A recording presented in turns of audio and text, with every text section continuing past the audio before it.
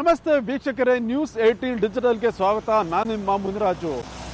Silicon city ಮನೆ ಮಾಲೀಕರು ನೋಡಲೇಬೇಕಾದಂಥ interesting story ಇದು. ಯಾಕಂದರೆ ಇಷ್ಟು ದಿನ ಮನೆ ಖಾಲಿ ಇದೆ ಅಂತೇಳಿ ಸಿಕ್ಕವ್ರಿಗೆ ಬಾಡಿಗೆ ಕೊಡ್ತಾ ಇದ್ರಿ. ಆದರೆ ಇನ್ಮುಂದೆ ಈ ರೀತಿ ಬಾಡಿಗೆಯನ್ನು ಕೊಡಬೇಕಾದ್ರೆ ಒಂದು ಸ್ವಲ್ಪ ರೂಲ್ಸ್ ಆ್ಯಂಡ್ ರೆಗ್ಯುಲೇಷನ್ ಕೂಡ ಈಗ ನೀವು ಫಾಲೋ ಮಾಡಬೇಕಾಗುತ್ತೆ. ಅದರಲ್ಲೂ ಪ್ರಮುಖವಾಗಿ ವಿದೇಶಿ ಪ್ರಜೆಗಳಿಗೆ ನೀವು ಮನೆಯನ್ನು ಬಾಡಿಗೆ ಕೊಡೋ ಮುನ್ನ ಪೊಲೀಸರು ಹೊರಡಿಸಿರುವಂಥ ಗೈಡ್ಲೈನ್ಸನ್ನು ಕಡ್ಡಾಯವಾಗಿ ಫಾಲೋ ಮಾಡಬೇಕಾಗುತ್ತೆ.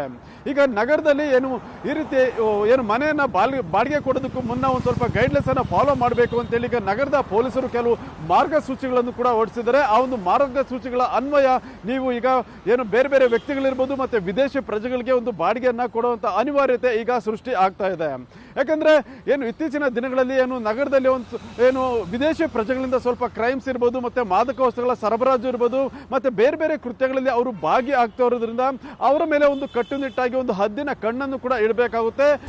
ನಿರ್ಭೀತ, ನಿಷ್ಪಕ್ಷಪಾತ, ವಿಶ್ವಾಸಾರ್ಹ ಸುದ್ದಿಗಳಿಗೆ ಮತ್ತೊಂದು ಹೆಸರಾಗಿರುವ ನ್ಯೂಸ್ 18 ಕನ್ನಡ ಈಗ ಆಪ್ನಲ್ಲೂ ಲಭ್ಯವಿದೆ.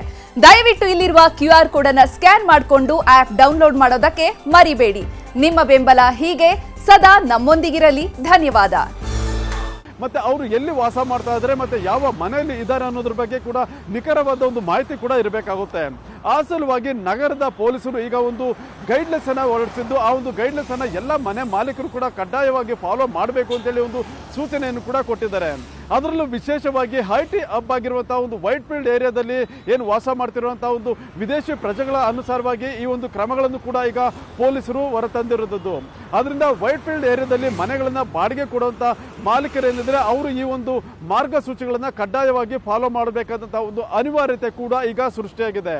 ಆ ಏಳು ಮಾರ್ಗಸೂಚಿಗಳೇನಿದೆ ಅದನ್ನು ಒಂದೊಂದಾಗಿ ನೋಡೋದಾದ್ರೆ, ಯಾವುದೇ ವಿದೇಶಿ ಪ್ರಜೆ ನಿಮ್ಮ ಮನೆಯಲ್ಲಿ ಬಾಡಿಗೆಗೆ ಕೇಳ್ಕೊಂಡು ಬಂದಾಗ ಆತನ ಒಂದು ಸಿ ಫಾರ್ಮ್ ಏನಿದೆ ಅದನ್ನು ಫಿಲ್ ಮಾಡಿ ಒಂದು FRRO ಮತ್ತು FROಗೆ ಕೊಡಬೇಕಾದಂಥ ಒಂದು ಅನಿವಾರ್ಯ ಕೂಡ ಈಗ ಉಂಟಾಗಿದೆ. ಮತ್ತು ಅದೇ ರೀತಿಯಾಗಿ ಆತನ ವೀಸಾ ಮತ್ತು ಪಾಸ್ಪೋರ್ಟ್ ಏನಿದೆ ಅದು ಮಾನ್ಯತೆ ಇದೆಯಾ ಇಲ್ವಾ ಅನ್ನೋದನ್ನು ಕೂಡ ಪರಿಶೀಲನೆ ಮಾಡಬೇಕಾಗುತ್ತೆ. ಮತ್ತು ಮಾನ್ಯತೆ ಇರುವಂಥ ವೀಸಾ ಮತ್ತು ಅನುಮತಿ ಪತ್ರವನ್ನು ಕಡ್ಡಾಯವಾಗಿ ಪರಿಶೀಲನೆ ಮಾಡಿ ಅದನ್ನು ಪೊಲೀಸ್ ಇಲಾಖೆಗೂ ಕೂಡ ಮಾಹಿತಿಯನ್ನು ಕೊಡಬೇಕು. ನಂತರ ಆ ಒಂದು ವಿದೇಶಿ ಪ್ರಜೆ ನಿಮ್ಮ ಮನೆಯಲ್ಲಿ ಬಾಡಿಗೆಗೆ ಇದ್ದಾನೆ ಅನ್ನೋ ಒಂದು ವಿಚಾರದ ಬಗ್ಗೆ ಸ್ಥಳೀಯ ಪೊಲೀಸ್ ಠಾಣೆಗೆ ಒಂದು ಮಾಹಿತಿಯನ್ನು ಕೂಡ ಕೊಡಬೇಕಾಗುತ್ತೆ. ಮತ್ತು ಆ ವ್ಯಕ್ತಿ ಯಾವುದೇ ರೀತಿಯ ಒಂದು ಅನುಮಾನಾಸ್ಪದ ಚಟುವಟಿಕೆಗಳಲ್ಲಿ ಭಾಗಿಯಾದಂಥ ಬಗ್ಗೆ ನಿಮಗೆ ಮಾಹಿತಿ ಏನಾದರೂ ಸಿಕ್ಕಾಗ ಆ ಒಂದು ಮಾಹಿತಿಯನ್ನು ಕೂಡ ಸ್ಥಳೀಯ ಪೊಲೀಸ್ ಠಾಣೆಗೆ ನೀವು ಕೊಡಬೇಕಾದಂಥ ಒಂದು ಅನಿವಾರ್ಯತೆ ಈಗ ಎದುರಾಗ್ತಾ ಇರೋದು. ಇನ್ನು ಉಳಿದಂತೆ ವಿದೇಶಿ ಪ್ರಜೆಗಳು ಮನೆ ಬಾಡಿಗೆಗೆ ಬಂದ ಸಂದರ್ಭದಲ್ಲಿ ಆತನ ಪೂರ್ವಾಪರ ಮತ್ತು ಈ ಮೊದಲು ಎಲ್ಲಿ ವಾಸವಾಗಿದ್ದ ಮತ್ತು ಯಾವ ದೇಶದಿಂದ ಬಂದಿದ್ದಾನೆ ಮತ್ತು ಆತನ ವೀಸಾ ಏನು ಮತ್ತು ವಿದ್ಯಾಭ್ಯಾಸ, ಕೆಲಸ, ಈ ಎಲ್ಲ ಒಂದು ಮಾಹಿತಿಗಳನ್ನು ಕೂಡ ಸಂಗ್ರಹ ಮಾಡಿ ಅದನ್ನು ನೀವು ಶೇಖರಣೆ ಮಾಡಿ ಇಟ್ಕೊಳ್ಬೇಕಾಗುತ್ತೆ. ಮತ್ತು ಆತನ ಒಂದು ಕಡ್ಡಾಯ ಯಾವುದಾದ್ರೂ ಒಂದು ದಾಖಲೆಯನ್ನು ಕೂಡ ನೀವು ನಿಮ್ಮ ಬಳಿ ಇಟ್ಕೊಳ್ಬೇಕಾದಂಥ ಒಂದು ಅನಿವಾರ್ಯತೆ ಕೂಡ ಈಗ ಎದುರಾಗಿರೋದು. ಸುಮಾರು 7 ಅಂಶಗಳನ್ನು ಈಗ ವೈಟ್ ಫೀಲ್ಡ್ ವಿಭಾಗದ ಪೊಲೀಸರು ಪಾಯಿಂಟ್ ಔಟ್ ಮಾಡಿದರೆ ಈ ಒಂದು 7 ಅಂಶಗಳನ್ನು ಆ ಒಂದು ವಿಭಾಗದ ಒಂದು ಮನೆ ಮಾಲೀಕರೇನಿದ್ರೆ ಅವರು ಕಡ್ಡಾಯವಾಗಿ ಈಗ ಫಾಲೋ ಮಾಡಬೇಕಾದಂಥ ಒಂದು ಅನಿವಾರ್ಯ ಕೂಡ ಈಗ ಎದುರಾಗ್ತಾ ಇದೆ. ಯಾಕಂದರೆ ನಾಗರಿಕರ ಒಂದು ಸುರಕ್ಷತೆ ಮತ್ತು ಒಂದು ಜನಸಾಮಾನ್ಯರಿಗೆ ಯಾವುದೇ ರೀತಿಯ ಒಂದು ತೊಂದರೆ ಮತ್ತು ಅಪರಾಧ ಕೃತ್ಯಗಳಲ್ಲಿ ಭಾಗಿಯಾಗುವಂಥದ್ದು ಮತ್ತು ಮಾದಕ ವಸ್ತುಗಳನ್ನು ಸರಬರಾಜು ಮಾಡುವಂಥ ಒಂದು ಪ್ರಕ್ರಿಯೆಗಳು ನಗರದಲ್ಲಿ ನಡೀತಾ ಇದೆ. ಇದಕ್ಕೆ ಕಡಿವಾಣ ಹಾಕೋ ಸಲುವಾಗಿ ಈಗ ನಗರ ಪೊಲೀಸರು ವಿದೇಶಿ ಪ್ರಜೆಗಳ ಮೇಲೆ ಒಂದು ಕಣ್ಣನ್ನು ಇಟ್ಟಿದ್ದು, ಆ ಒಂದು ಸಲುವಾಗಿ ಈ ಒಂದು ಮಾರ್ಗಸೂಚಿಗಳನ್ನು ಕೂಡ ಹೊರತಂದಿರೋದು. ಪ್ರಮುಖವಾಗಿ ನಗರದಲ್ಲಿ ಇತ್ತೀಚೆಗೆ ಡ್ರಗ್ಸ್ ಹಾವಳಿ ಕೂಡ ಹೆಚ್ಚಾಗ್ತಾ ಇದೆ. ಕೆಲವು ವಿದೇಶಿ ಪ್ರಜೆಗಳೇನಿದ್ದಾರೆ ಅವರು ನಗರಕ್ಕೆ ಒಂದು ಡ್ರಗ್ಸನ್ನು ಬೇರೆ ಬೇರೆ ಮೂಲಕವಾಗಿ ಒಂದು ಸರಬರಾಜನ್ನು ಮಾಡ್ತಾರೆ. ನಂತರ ಅದನ್ನು ಸ್ಥಳೀಯ ಪೆಡ್ಲರ್ಗಳ ಮುಖಾಂತರವಾಗಿ ಕಾಲೇಜು ವಿದ್ಯಾರ್ಥಿಗಳು ಮತ್ತು ಟೆಕ್ಕಿಗಳು ಮತ್ತು ಬೇರೆ ಬೇರೆ ಕಡೆಗಳಲ್ಲಿ ಅದನ್ನು ಸರಬರಾಜು ಮಾಡ್ತಿರುವಂಥ ಪ್ರಕರಣಗಳು ಕೂಡ ಈಗ ನಗರದಲ್ಲಿ ಬೆಳಕಿಗೆ ಬರ್ತಾ ಇದೆ. ಆ ಒಂದು ಸಲುವಾಗಿ ಈ ಒಂದು ಮುನ್ನೆಚ್ಚರಿಕಾ ಕ್ರಮಗಳನ್ನು ಕೂಡ ಈಗ ಪೊಲೀಸರು ತರ್ತಾ ಇರೋದು. ಅದರಲ್ಲೂ ವಿಶೇಷವಾಗಿ ಇತ್ತೀಚಿನ ಒಂದು ಕೆಲವು ದಿನಗಳಲ್ಲಿ ನಗರ ಪೊಲೀಸರು ಸಾಕಷ್ಟು ಕಡೆಗಳಲ್ಲಿ ಒಂದು ಡ್ರಗ್ಸ್ ಪ್ರಕರಣಗಳನ್ನು ದಾಖಲು ಮಾಡ್ತಾ ಇದ್ದಾರೆ. ಅದರಲ್ಲಿ ಕೆಲವು ವಿಭಾಗ ಮತ್ತು ಪೊಲೀಸ್ ಠಾಣೆಗಳಲ್ಲಿ ವಿದೇಶಿ ಪ್ರಜೆಗಳು ನೇರವಾಗಿ ಈ ಒಂದು ಡ್ರಗ್ಸ್ ಪೆಡ್ಲಿಂಗ್ನಲ್ಲಿ ಭಾಗಿಯಾಗ್ತಾ ಇದ್ದಾರೆ.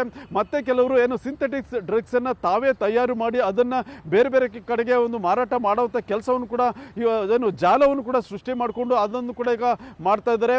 ಆ ಒಂದು ಸಲುವಾಗಿ ಅಂಥ ಒಂದು ಡ್ರಗ್ ಪೆಡ್ಲರ್ಗಳನ್ನು ಪತ್ತೆ ಮಾಡಬೇಕು ಮತ್ತು ಈ ಒಂದು ಡ್ರಗ್ಸನ್ನು ಸೃಷ್ಟಿ ಯಾರು ಮಾಡ್ತಾರೆ ಅಂಥವ್ರ ಮೇಲೆ ನಿಗಾ ಇಡಬೇಕು ಮತ್ತು ಅಪರಾಧ ಕೃತ್ಯಗಳನ್ನು ತಡೆಗಟ್ಟುವಂಥ ಸಲುವಾಗಿ ಸಲುವಾಗಿ ಈಗ ಪೊಲೀಸ್ ಇಲಾಖೆಯಿಂದ ಈ ಒಂದು ಕ್ರಮವನ್ನು ಕೈಗೊಳ್ತಾ ಇದ್ದಾರೆ. ಮತ್ತೆ ಏನು ನೈಜೀರಿಯಾ ಪ್ರಜೆಗಳಿರ್ಬೋದು, ಮತ್ತೆ ಆಫ್ರಿಕಾ ಮೂಲದಿಂದ ಬಂದಿರುವಂಥ ಪ್ರಜೆಗಳಿರ್ಬೋದು, ಮತ್ತೆ ಬೇರೆ ಬೇರೆ ಒಂದು ವಿದೇಶಿ ಪ್ರಜೆಗಳಿರ್ಬೋದು, ಮತ್ತೆ ಬಾಂಗ್ಲಾದೇಶದಿಂದ ಬಂದಿರುವಂಥ ಒಂದು ಅಕ್ರಮ ಪ್ರಜೆಗಳೇನು ವಾಸವಾಗಿದ್ದಾರೆ ಅಂಥವ್ರನ್ನು ಕೂಡ ಪತ್ತೆ ಮಾಡಬೇಕಾಗುತ್ತೆ. ಕೆಲವರಂತೂ ವೀಸಾ ಮತ್ತೆ ಪಾಸ್ಪೋರ್ಟ್ ಇಲ್ಲದೆ ಅಕ್ರಮವಾಗಿ ಕೂಡ ಏನು ನೆಲೆಸಿರುವಂಥ ಒಂದು ಘಟನೆ ಮತ್ತೆ ಪ್ರಕರಣ ಕೂಡ ವರದಿ ಆಗ್ತಾ ಇರೋದು. ಇನ್ನು ಕೆಲವರು ತಮ್ಮ ವೀಸಾ ಮತ್ತೆ ಪಾಸ್ಪೋರ್ಟ್ ಅವಧಿ ಮುಗಿದಿದ್ರು ಕೂಡ ನಗರದಲ್ಲಿ ಅಕ್ರಮವಾಗಿ ನೆಲೆಸಿದ್ದಾರೆ. ಅಂಥವರನ್ನ ಪತ್ತೆ ಮಾಡಿ ಅವರನ್ನ ಪುನಃ ವಾಪಸ್ ಕಳಿಸುವಂಥ ಕೆಲಸವನ್ನು ಕೂಡ ಪೊಲೀಸ್ ಇಲಾಖೆಯವರು ಮಾಡ್ತಾ ಇದ್ದಾರೆ.